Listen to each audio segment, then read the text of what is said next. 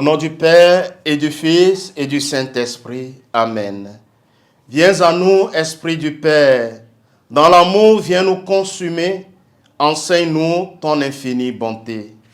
Le Seigneur soit avec vous. Évangile de Jésus-Christ selon saint Marc. Gloire à toi, Seigneur.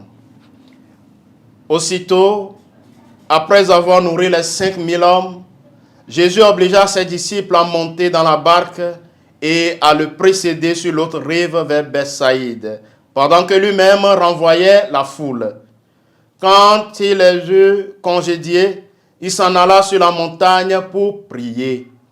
Le soir venu, la barque était au milieu de la mer et lui tout seul à terre. Voyant qu'il peinait à ramer, quand le vent leur était contraire, il vient à eux vers la fin de la nuit en marchant sur la mer et il voulait les dépasser. En le voyant marcher sur la mer, les disciples pensaient que c'était un fantôme et ils se mirent à pousser des cris. Tous, en effet, l'avaient vu et ils étaient bouleversés.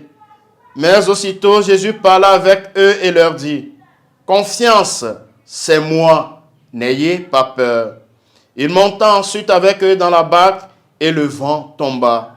Et en eux-mêmes, ils étaient au comble de la stupeur, car ils n'avaient rien compris au sujet des pains. Leur cœur était endurci. Acclamons la parole de Dieu. Louange à toi, Seigneur Jésus. Chers frères et sœurs bien-aimés, en ce mercredi 8 janvier 2025, mercredi après l'Épiphanie, le Seigneur nous invite à sortir de l'endurcissement de notre cœur et il vient nous relever en nous invitant à la confiance. Confiance, c'est moi, n'ayez pas peur. Les disciples ne comprennent pas l'agir et les paroles de Jésus. Ils sont dépassés par ce rabbi qui vient de multiplier les pains et les poissons pour la foule, puis qui va les rejoindre en marchant sur les eaux, leur révélant ainsi par ce fait sa divinité. Et c'est bien cela qu'ils ont tant de mal à comprendre avec leur cœur endurci. Mais Jésus va les amener peu à peu à mieux le comprendre. C'est la grâce que nous lui demandons aujourd'hui dans cette méditation. Jésus avait parlé longuement de la miséricorde du Père et il a multiplié les pains pour nourrir la foule.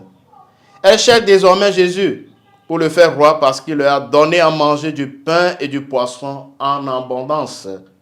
Mais Jésus nous invite à nous mettre à l'écart, prendre le temps de l'action de grâce et rendre grâce au Père pour toutes les merveilles qu'il a faites pour nous et qu'il continue d'accomplir dans chacune de nos vies. Aujourd'hui encore, Jésus nous réconforte par sa parole. Il s'approche de nous. Il nous redonne le calme, la confiance. Confiance, mon fils, ma fille, c'est moi, n'ayez pas peur. Le Seigneur soit avec vous. Que Dieu Tout-Puissant vous bénisse, le Père et le Fils et le Saint-Esprit.